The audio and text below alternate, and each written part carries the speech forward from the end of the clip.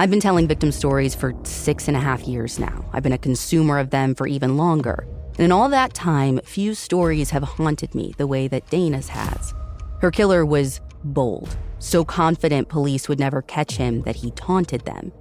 And for nearly 30 years, he's been able to get away with it. But I think that's coming to an end. Because even though it seems like he tried to do everything he could to erase himself from Dana's apartment and her life, it looks like he didn't cover all of his tracks. He may have just left something behind that could finally give him away.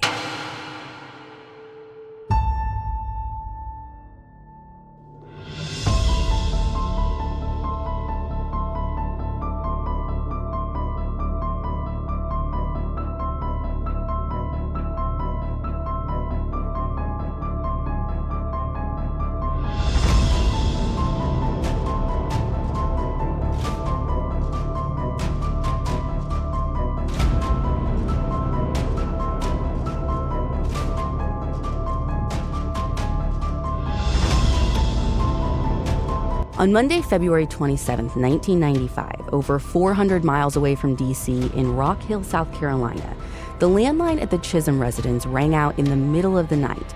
It woke up Johnny and Joe Gary from a deep sleep, and in his half-awake state, Johnny clocked the time, close to 1:30 a.m. And for where they lived in the South, everyone knew you didn't dare make a call past supper time, unless, of course, it was an emergency. Groggy and dazed, Joe Gary was the one to answer the phone, but the person on the other end spoke loud enough for Johnny to hear. And it was a man introducing himself as Detective Lewis Douglas with the Metropolitan Police Department in Washington, D.C. And to their utter shock, the detective said that their 25-year-old daughter Dana was in jail. The detective explained that they had this sting operation at the Omni Hotel there in D.C., and Dana was one of the women that they'd arrested that night for charges related to sex work. Now, that didn't sound like their daughter at all. I mean, Dana had an office job in the city. The only time she'd ever really been in trouble was with her parents right after high school. I mean, she started hanging out with the wrong crowd. She got mixed up in drugs for a minute, but that was years in the past. And at no time had there ever been any arrests for sex work. But more than what this detective was saying, Johnny said that the way that this guy talked, his attitude, his energy, were just off. Here's retired detective Jim Trainum. He remembers the details of Dana's case well from his time reviewing cold cases at MPD. Mr. Chisholm talked about how he kind of felt like the phone call itself was odd because the person who was identifying himself as Douglas seemed to be excited. He was saying that he was going to get a promotion. The man on the other end of the phone carried on, saying that Dana was going to be arraigned. She should be out at some point during the day. And then he said something like, "Don't worry, she's fine, just call in the morning, it's late." And although the tone of the conversation was a bit bizarre, this guy did leave the Chisholms a phone number that they could call later to check in, which was the one thing that made this call seem more legit. So all they could do at that point was wait around, worrying about their daughter until they hopefully heard from her later that day. But when the wee hours of the morning turned into more reasonable business hours and there was still no word from Dana, Johnny decided to give that number a call. And I know what you're thinking. It was fake. That's what I expected, but it wasn't. The line rang, and it was, in fact, MPD. But when Johnny asked for Detective Douglas, and then Detective Douglas got on the phone, his response instantly made Johnny's heart sink. Well, the real Detective Douglas was actually very puzzled about what was going on. Of course, he didn't call the family. He said, "I have no idea what you're talking about." A detective in the 2nd District wouldn't be one who would be doing a prostitution sting anyway. That would be a part of another totally different unit. So he would not be somebody who would have participated in something like this. It was all a lie.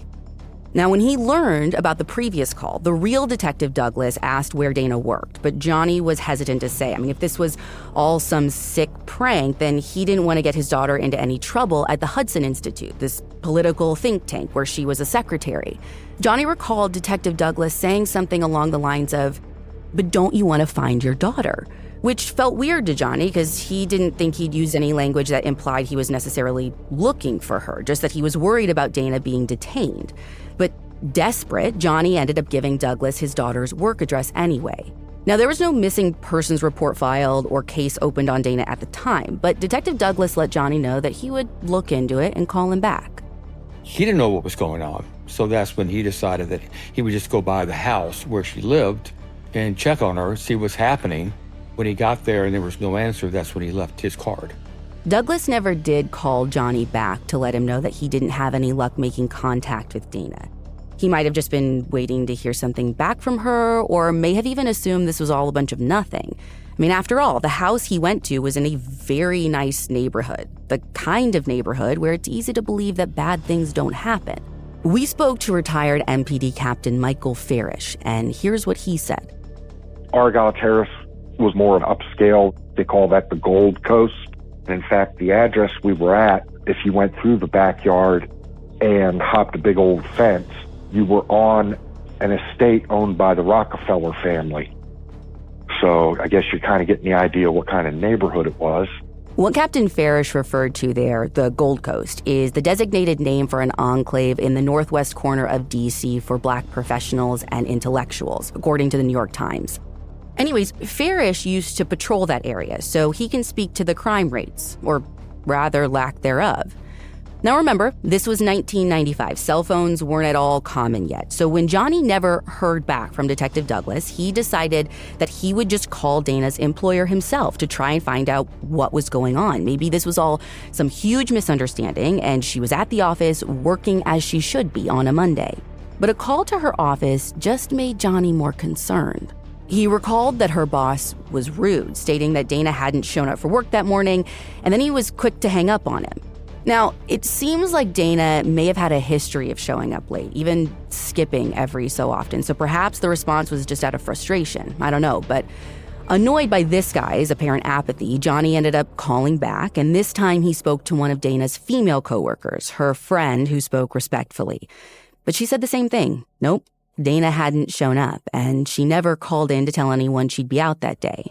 Though people at work seemed to be letting her absence slide, there was at least one person in D.C. who was worried enough about Dana to dig a little deeper, and that was her landlord. She and her teenage son actually shared a home with Dana. They lived upstairs while Dana had the entire basement floor to herself with her own separate entrance. And the landlord was the one to find the business card that Detective Douglas left. Detective cards don't just show up every day, so figuring something was wrong, she called him and learned that no one had been able to get in touch with Dana. And this really bothered her because Dana's car was right there in the driveway, so she decided to do a little investigating of her own after she hung up. First, she went to check and see if Dana would open the basement door. Maybe she hadn't heard when Detective Douglas knocked earlier. But after getting no response, her landlord decided to enter the basement area using her own key. And that's when it became clear why no one had heard from Dana. Back in South Carolina, about 24 hours after they had received that odd call in the dead of the night, the Chisholm's phone startled them awake once again. This time it was dispatch asking them to go to their front door where 2 county deputies were waiting for them. Johnny opened the door and one of them handed him a number for the DC police. When he called, that's when they were finally told the horrific news that their daughter Dana had been murdered. The Chisholms never went to D.C. They still haven't been to this day. It was just too much for them to bear. Instead, they had a family member who was already living in the area confirm their daughter's identity on their behalf. Not having to make the identification was a blessing because what police had found at the scene was disturbing. Dana was located in the hallway. She was nude, and a cord had been wrapped around her neck and was sitting up against the bedroom door with the cord wrapped around the handle of the door with her arms crossed in front of her. Dana had been strangled with a piece of phone cord that had been cut. Part of it was still laying on top of her bed, and detectives also observed these ligature marks where her hands or wrists had been tied up at some point.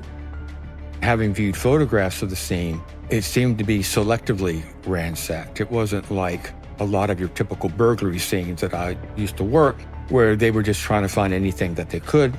It's like this person knew what they were looking for, and they were going into specific areas. Police believe the killer did take something with them that day, but he also left something behind. an ominous message written on the calendar in the hallway. It referred to Dana in kind of a vulgar manner. But then it says something really interesting, which is, "I'll be back, MPD." Then Sergeant Michael Farish responded to the crime scene that day that this all broke. In his 30s at the time, working in the so-called murder capital, he'd seen a lot of terrible things. But this sexually explicit note, ending in "I'll be back, MPD," is permanently imprinted in his mind, as is the fear that he felt when reading that final line. Could that have meant, "I'll be back," and in other words, there are more victims coming? Foreboding, warning that there were going to be more female victims. Is this the first one we've identified in perhaps a string of cases that we haven't had enough indications to say are linked? Or is this the first one of somebody who's a real wacko and goes, "You know what? This is my first, but not my last"? The department was clearly dealing with a killer who liked to play games. Not only had he left a pointed message for police, but the medical examiner had Dana's likely time of death at sometime late on the evening of February 26th, meaning that she was probably deceased hours before her poor parents received that mysterious call from a fake Detective Douglas. Now, they know that the killer didn't make the call from Dana's house because they were eventually able to trace it to a payphone right by an area on Interstate 395 where you could hop on to go to Virginia or Maryland. But they do think that this killer probably stuck around her apartment after she was dead. Dana's landlord remembered hearing someone taking a long shower at some point the evening of Dana's murder. And at the time, she probably thought it was Dana, but she did likely suspect even then that Dana wasn't alone in her basement apartment. And that's because at around 6 p.m., she'd noticed an unknown car parked in the driveway right behind Dana's. Though, it's important to note, she couldn't remember any specific details about the car, not thinking anything was out of the norm at the time. I mean, she hadn't really been paying much attention. The landlord and her teenage son were home around the time Dana was thought to have been killed. But they didn't hear anything concerning. No loud arguments, no sounds of a struggle or screams for help. But it was a pretty big house after all. Now, it should have been easy to figure out who Dana was with that night. Detectives discovered that she kept a detailed date book and a diary that gave a pretty good play-by-play of her life. She also had a caller ID box. So for 1995, I mean, police had everything they could possibly want to pinpoint who she was with or who she'd at least been in contact with leading up to her death. Except they didn't. She had a landline. So when somebody would call, the call number would come up on the caller ID box. And you could delete that. But in this case, the person took the actual box with them. It seems most likely that the killer took the box with them because their number would have shown up in the recent call list, possibly the most recent. You see, detectives spoke to one of Dana's friends who had been hanging out with her at Dana's place on Saturday afternoon before leaving at around 5:30, and she had observed something very telling. There was a friend of hers who was over there Saturday afternoon, and they were planning to go out, but then Dana changed her mind. And during the time that she was over there, Dana kept getting these phone calls that when she checked the caller ID, she just didn't bother answering it. Now, along with the caller ID box, there were at least 3 other items known to be missing.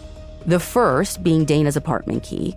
Seemingly, it had been taken with her killer, probably used to lock the door on his way out. But the weird thing is, the killer didn't keep it. And of all people, it was a reporter who found it as they were filming news coverage outside of her place. He finds the key in the street. He calls the detectives over to comment on it. And sure enough, it's the key to Dana's apartment.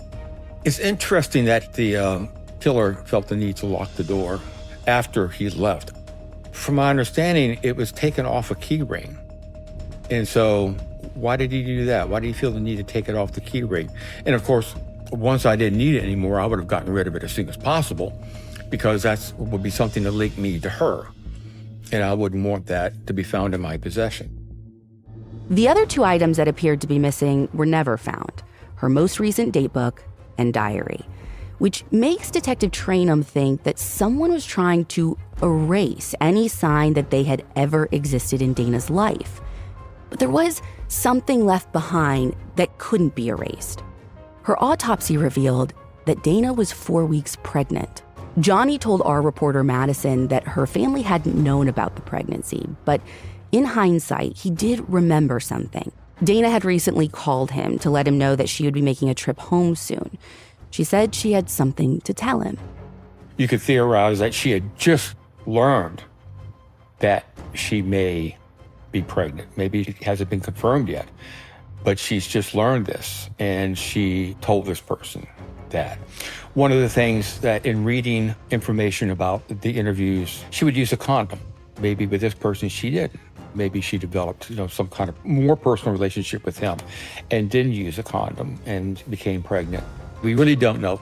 These things are all theories that you really can't prove one way or the other. We know Dana did know about the pregnancy because about a week before her murder, she confided the news to a coworker. It came up because this friend or coworker caught Dana crying at the office. So it seemed like this revelation was not something Dana had planned or was happy about, at least not in that vulnerable moment. We don't know for sure if Dana told this friend or anyone else who she thought the father may have been. Both Trainum and Farish didn't think that friend or anyone else detectives spoke to had ever offered up a possible name, at least that they could remember. And you would think that a comment like that would stand out enough to leave a lasting impression. We asked present-day DC Police Commander Kevin Kentish if Dana had given her friend a name of a potential guy. But he said he couldn't comment, as obviously this person would be considered a suspect. Finding out who Dana was with before she died was police's #1 priority. And lucky for them, Dana herself might have left them their first list of potential suspects. Dana had been keeping track of the various men she'd been seeing. Inside her apartment, police found notes that included some names and phone numbers.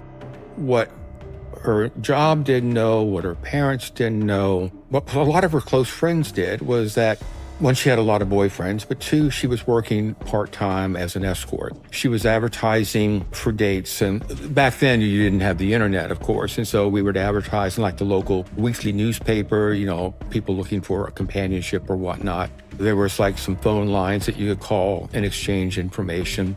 And from my understanding, from what her friends were saying about her and from what some of her clients that were interviewed were saying about her was that she was asking for money directly. Typically, if she got involved with a client and they had sex, she would maybe drop a hint that she could use money, and they would oftentimes pay her. I think it's important to clear something up. There are some things I found online that seem to imply that what she was doing was extortion, but both Trainum and Farish said none of the men who were interviewed described it as being blatant or malicious. Farish said it was more like Dana was making suggestions. It was the let me play the sympathy card, heartstring, or don't be a dummy. Whatever way you want to put it.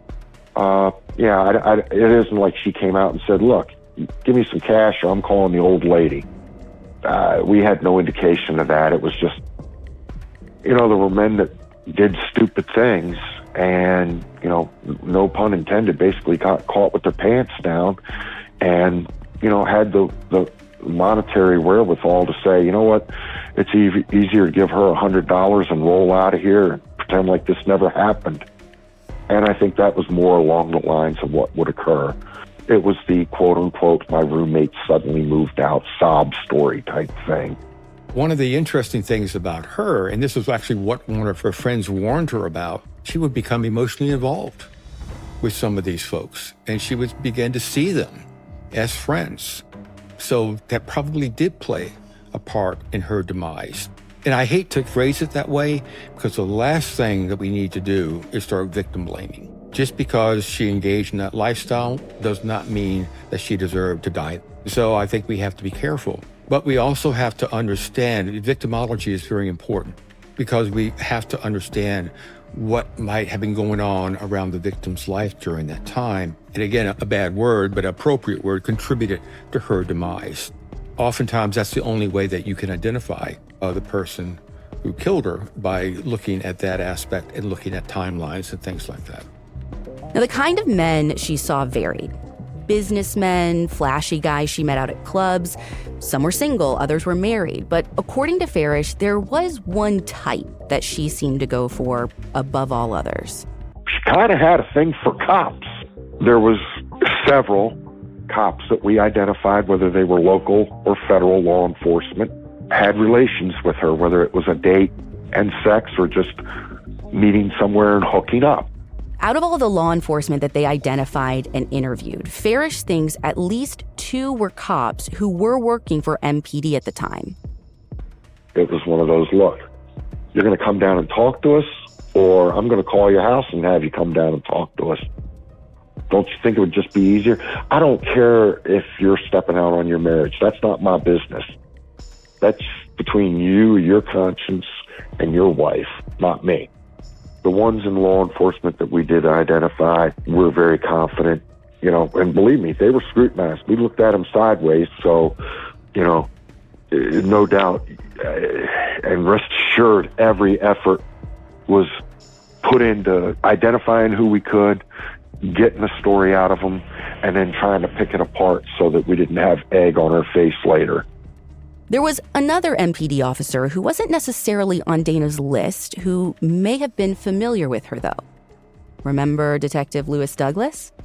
Although he hadn't initially remembered any connection to Dana, after her body was found and he came down to the homicide office to make a statement, he realized that he had actually met her before.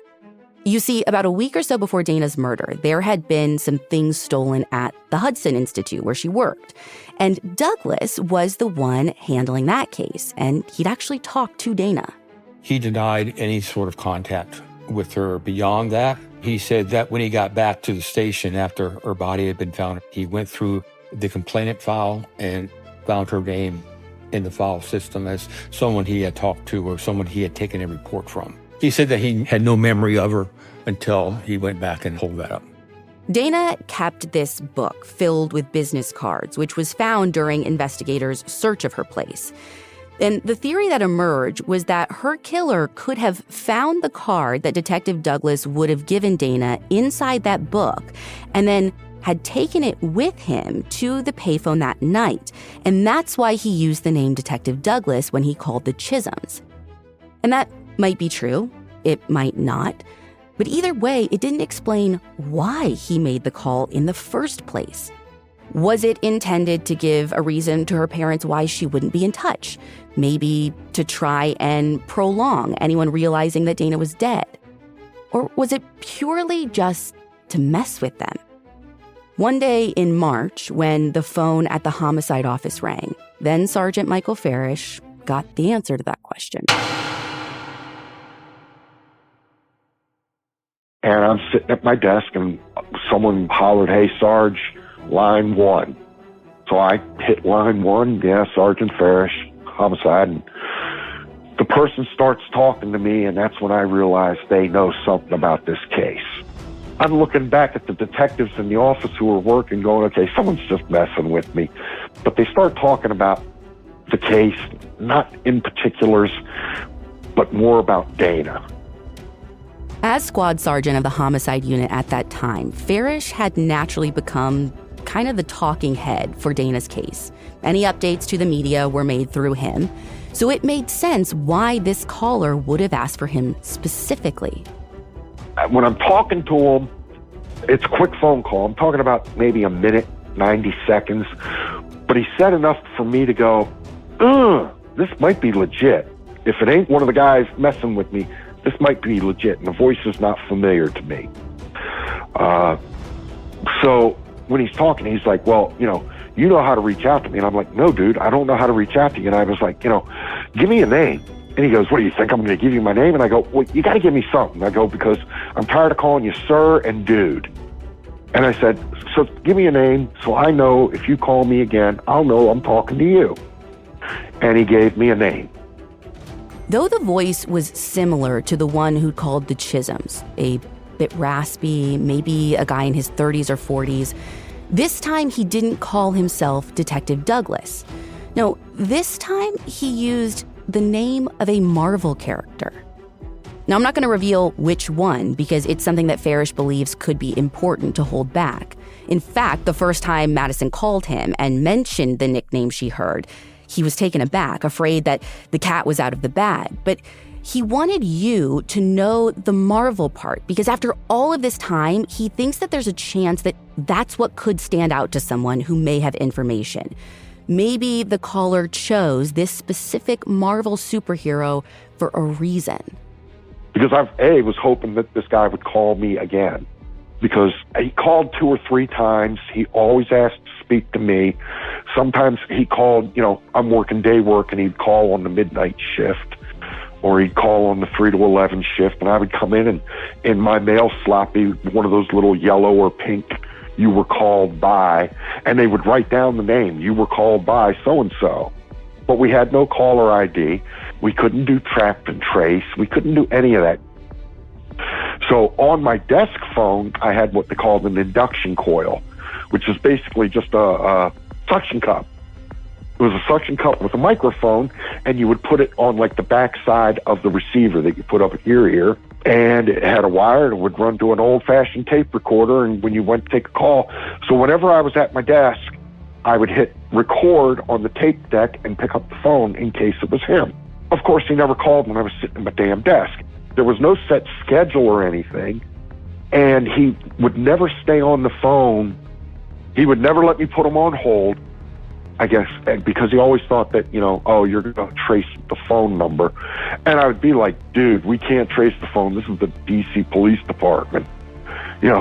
We're using dial phones. We don't have that kind of technology, but for whatever reason, he didn't buy it. We couldn't trace those calls. It was impossible. Believe me, we looked into it. Was there any way to trace incoming calls? The answer was flat no. The one thing they did find out was that the incoming calls were local. Farish said the man sounded intelligent, not genius, but smart, and in control of his emotions. This guy would never straight up say that he killed Dana, but the insinuation was definitely there. In one of the few calls where he made contact with Farish, he said that he knew why Dana was murdered. Said it was because of her lifestyle, because she went out to clubs and slept with multiple men.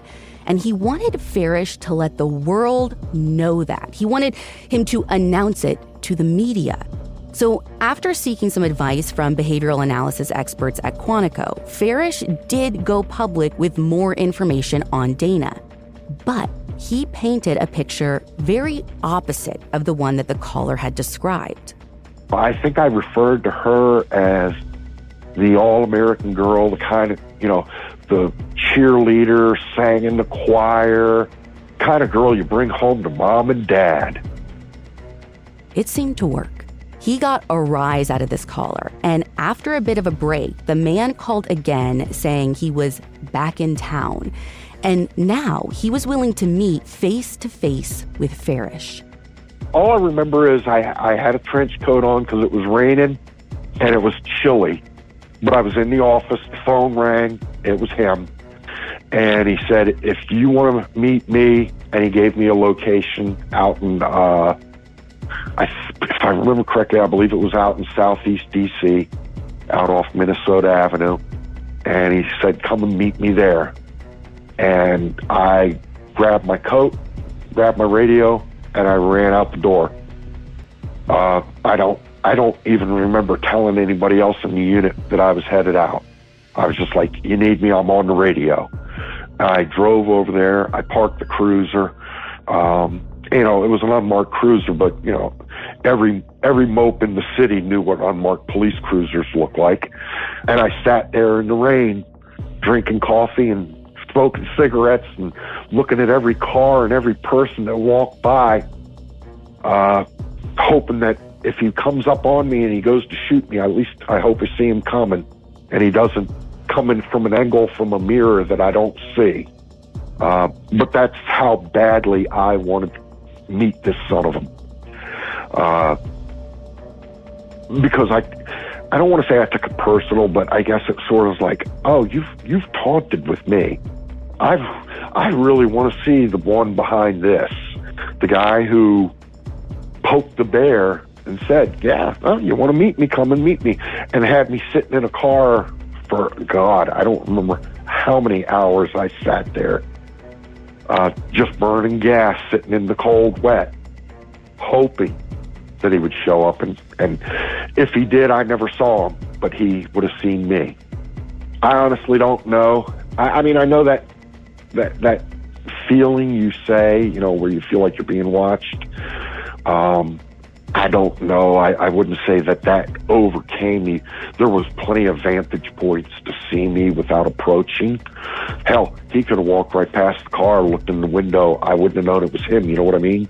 After about 2 months and 3 short phone calls, this mysterious man never contacted police or the Chisholms again, at least to anyone's knowledge, which left that provocative message that the killer had written on Dana's wall calendar to just loom over them. But then it says something really interesting, which is, "I'll be back, MPD." Anticipation and anxiety morphed into relief when the killer didn't follow through on his threat. There didn't seem to be any other victims connected to this case. And even better, they realized that his note and the warning at the end might actually include a big clue about who their suspect could be. Trainum and Farish both believed that this man had some type of relationship with Dana. And this wasn't some random stranger. What he wrote, the fact that he called her parents and told them that she was busted for sex work, even the stuff he told Farish to say to the media, it all led to the same possible conclusion. I think it can be argued that, one, he's very angry with her. He is involved in some kind of relationship with her. He's very angry. He wants her to grade it, probably because she hurt him or whatever along that line, or maybe she wasn't monogamous like he wanted her to be. But he definitely wanted the world to know and wanted her parents to know that he considered her to be an awful person. The second clue was an even bigger one. You see, both Trainum and Farish said that around this time, those outside of law enforcement weren't likely referring to the force as MPD. It was much more common to simply say DC police. My tentative theory at this point would be that, this would be somebody who she had established a relationship with relatively soon before her death, that he was extremely possessive. He had some sort of knowledge or contact with police officers. So he did either worked in law enforcement, had a law enforcement source, or maybe was a criminal himself who had enough information about that. Though Farish feels fairly confident that the killer wasn't with MPD at the time, he, like Trainum, is pretty sure that there's at least some link to local police. Somebody maybe had been a cop and got fired for whatever reason. They could have had dirty pee, got fired because they smoked a joint or some crap. Who knows? But there could have been an axe to grind towards the department, too. Along with the use of the acronym MPD, Trainum also points out the way that the killer talked to Dana's parents the night that he called them, his lingo and the information he gave. He didn't really know that much about investigations, but he knew enough about prostitution stings. He knew enough about how police booking works, things along that line. You want to know the thing that makes me the most convinced? Where that call to Johnny was made from. Remember, it was traced to a payphone by the interstate. And they were only able to do that because long-distance calls were recorded by the phone providers back then. And a call from D.C. to her parents down in South Carolina would have been long-distance. I think he knew that. And let me tell you why. Some say that he might have picked that location because it was right where you could hop on the highway to leave the district, hightail it out of town. And sure, maybe that's it. But maybe it's deeper than that. Maybe it was another message. There's a place called Triple Nickel, which was 555 4th Street Northwest. That was the U.S. Attorney's office. 2 blocks south of that was police headquarters. 2 blocks north of that was a carryout on a corner at 4th and Massachusetts Avenue. And then like a block and a half north of that was what we called court parking. where back at that time, if you were an officer, there was a parking lot that you had a court parking permit. You put it in your windshield, you could park your car on this lot to go and attend court. Because next door to police headquarters was the DC Superior Court, which is where most of the trials occurred. So the phone call to the Chisholm, we don't know if it was intentionally made from that location, but it was made between court parking, U.S. Attorney's Office, and then just below that, headquarters and court. So it was a location very well known to any cop that did any work and ever had to go to the U.S. Attorney's Court or headquarters. That carryout at that corner where the payphones were also was a place where a lot of cops would stop and get a cup of coffee. So was this a coincidence? Was it possible the killer was one of their own? Or was it someone who hated law enforcement and made the calculated move to stick their metaphorical middle finger up at investigators? Like, I just killed a woman and now I'm right outside, practically on your doorstep, calling her parents, pretending to be one of you. The list of men who were officially connected to law enforcement in Dana's case is limited. If you remember, at least 2 who were working for MPD who were known to have engaged with Dana socially, maybe about a handful of others who worked for different law enforcement agencies, who she had seen in some form or fashion, and Detective Lewis Douglas. Now, that's not to say that there weren't more because, again, her most recent datebook and diary and caller ID were taken intentionally, trying to erase some record of someone. But of the people who we do know about, someone stands out to Johnny Chisholm. He has always wondered if there was more to this Detective Lewis Douglas story. For one, he told our reporter Madison that the one time they spoke, Douglas asked him about finding his daughter before Johnny even clarified what exactly was going on. 2, he thinks it's possible that the voice he heard on the phone that fateful night sounded similar enough to have potentially been the real Detective Douglas he called later that morning. And 3, he found it odd that Detective Douglas never did call him back, never explained why his name had gotten mixed up in all of this. You could say Johnny just thought it was all a little sketchy. Had the killer really just found Douglas's card and decided to roll with it? That's actually what both retired Detective Trainum and retired Captain Farish think. Of course, that thought was in our head, did Lewis meet her when he was down on a call, working, give her his card and said, hey, let's hook up? And did she maybe say, yeah? We had to flesh that out, and we did. And long story short, we were able to clear Lewis Douglas from any kind of involvement in this. Farish also had an explanation for some of Johnny's concerns. At the time, Douglas was young, he was inexperienced in his role, maybe even a little reserved. The seemingly odd interaction Johnny had could just be blamed on the fact that Douglas was, shocked that his name had been dragged into something so brutal. Present-day DC Police Commander Kevin Kentish also confirmed this for our reporter Madison. Yes, Douglas was looked into, but nothing led them to believe that he could have been the killer. He was not considered a suspect. And that wasn't just true of Douglas. Police looked at a lot of people, and each of them were getting eliminated as suspects one by one, either through alibis, voice stress tests, or the like.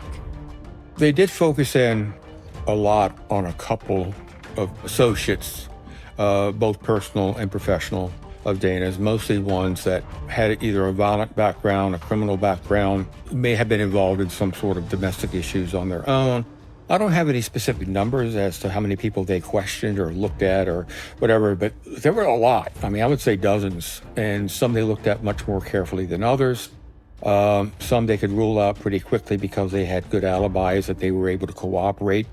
Others, especially if they weren't cooperative or whatever, it took longer to rule them out. And like I said, I just don't know how many they ruled out, based on voice stress analysis test. Back then, you would investigate by polygraph, and you would use that to make decisions as to who you would follow up on and who you wouldn't, not recognizing the number of false positives and the false negatives.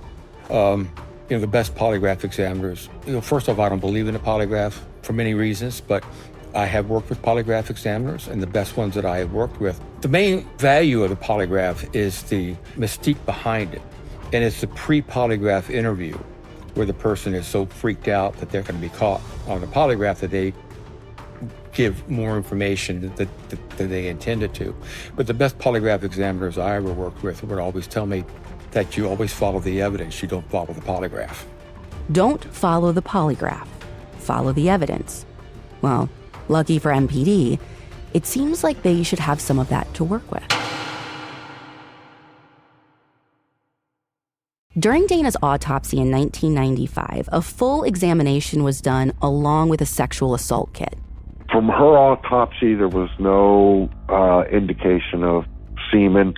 I don't recall any being found on the bed because there was evidence they had been in the bed prior to where she was ultimately found near a hallway door or closet door outside of the bedroom. But that doesn't mean there wasn't any sexual activity involved in that.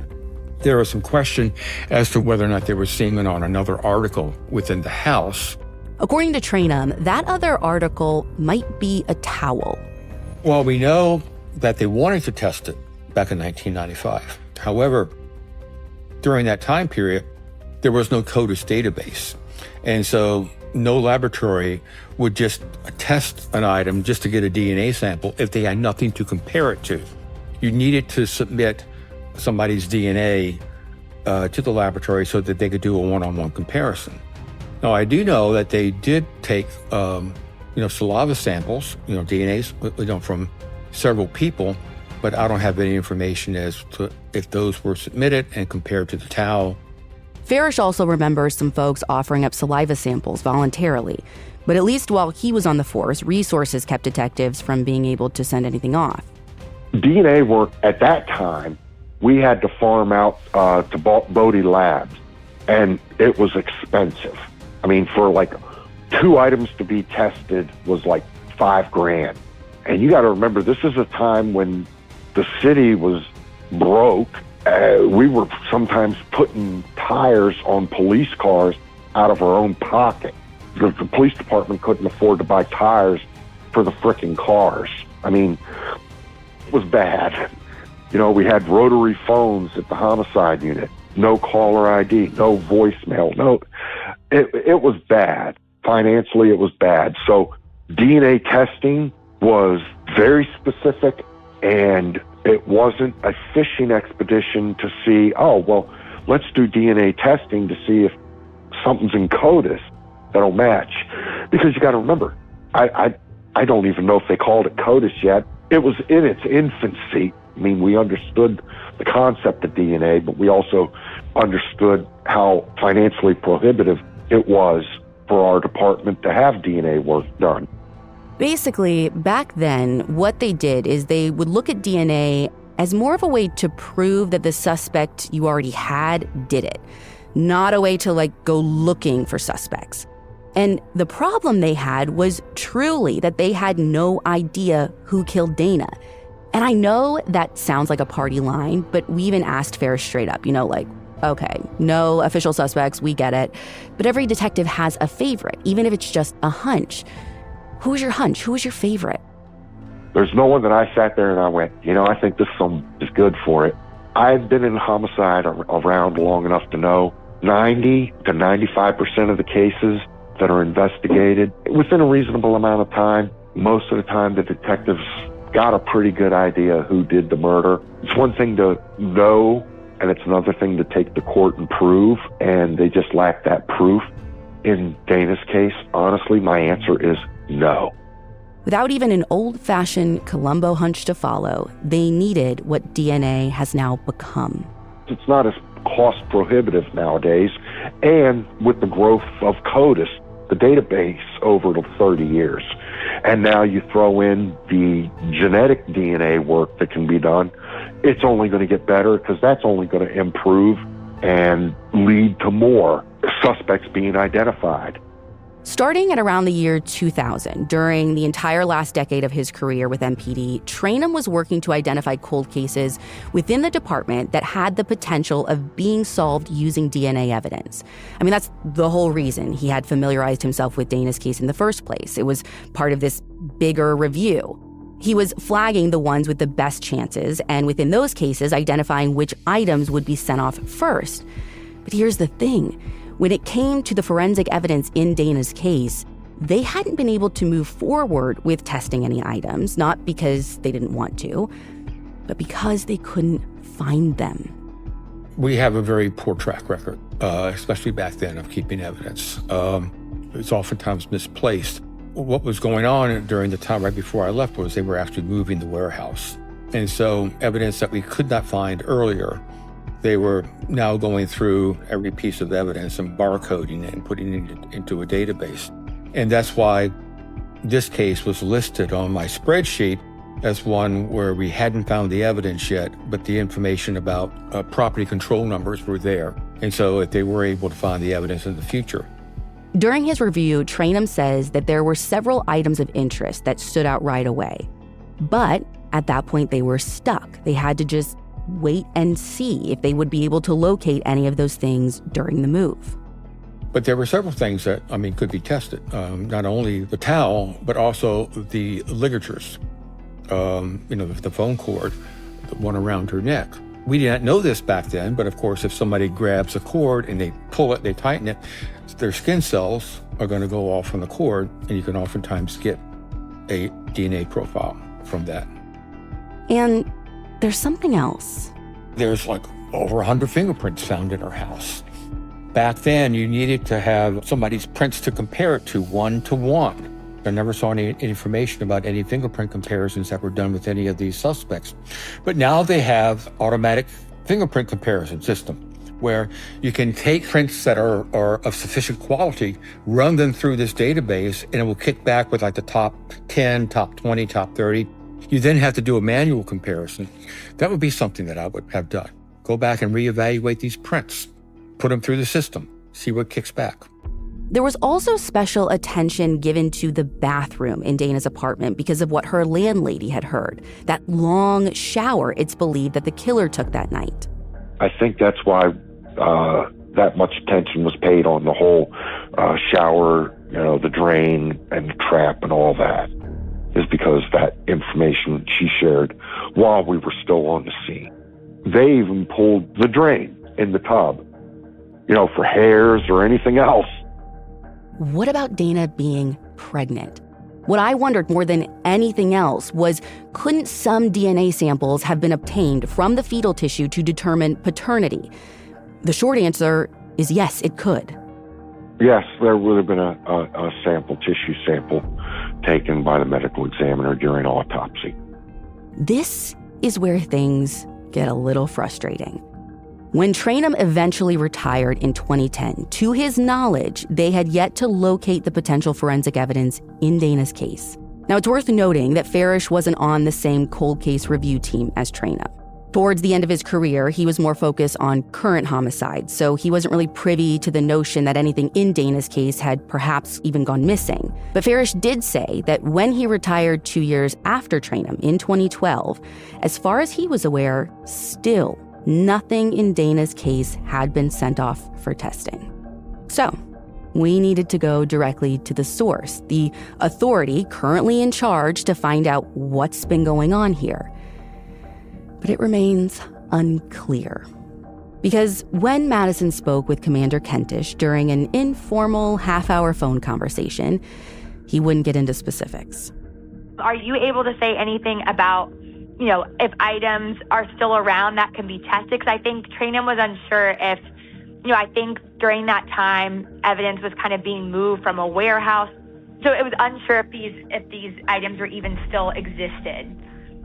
No, so the evidence has been preserved. There's no fear of that. I can't speak to the exact testing of evidence, but I can say that we have made some progress in that case. And it is being investigated right now. It is not a cold case as far as on the shelf. Somebody's actively investigating that case. And we have made some good progress in that case that, unfortunately, because it's open, I can't talk about. Can you say if the progress is like related to testing evidence or like potential evidence? That's played a role in us making the progress. Okay, that's great to hear. Okay, so it's safe to say, for the story, we can say that evidence in this case, that, forensic evidence in this case has been preserved, does exist, and that, testing of those items has led to progress. Yes, that is correct. Can you say the last time one or more of those items was tested? Like, was it recently? No comment on that one. I really want to hold on to what he said about making good progress, but because I don't know what testing he's referring to or how recently it may have happened, maybe it's false hope. Commander Kentish did specifically confirm that some sort of fetal tissue evidence does exist, and that attempting to figure out who the father was using forensic technology is something detectives are looking into. Now, I'm going to say the obvious thing real quick, like getting Dana pregnant does not automatically mean that this person is also her killer. But Johnny Chisholm told our reporting team that he feels like her pregnancy has to be connected to her death in some way. Police have to find the biological father. They have to find the person who tried so hard to wipe his existence from Dana's place and her life, whether they're the same person or not. Her friends might know this person, and they might not be aware that he's never been identified or never been interviewed. I think it would be very helpful if there was anybody that they knew that Dana was involved with in any way, shape, or form that they didn't tell the police about, or maybe they learned about later after they were interviewed by the police. Or even if they did tell the police back then that they, for whatever reason, they still have a strong suspicion, or they even have a stronger suspicion now with the passage of time because things have happened. Just because police ruled out somebody back then doesn't mean that new information might lead them right back. So just as an example, there was this guy who was seeing Dana. He seemed like he was really nice. But a few years later, he gets locked up for violently assaulting his girlfriend and some other stuff. Maybe you want to call back and say, hey, you might want to recheck this guy, just in case. That was Trainum's call out, and mine is to MPD. I don't know if funding is still an issue, but if it is, please consider applying for a grant with Season of Justice. It's a nonprofit that will pay the private lab of your choosing to test DNA. In a few short years, they've already issued over $1 million in grants that have gone on to actually solve cold cases. I started that nonprofit because I believe that money should never be the reason that a family like the Chisholms doesn't get answers. And listen, I'm not ignorant to the fickleness of the legal system. Depending on what DNA you get and from where, it might not be the smoking gun you need. If the DNA is matched to this person who says that he's never been in the house, boom, that's probative. If the towel is in a place where, like, draped on top of items that were part of the ransacking, that makes it more probative. If we learn from Dana's friends or associates that every Saturday or every Sunday morning she does her laundry, washes all the towels, that makes it more probative. I'll take probative.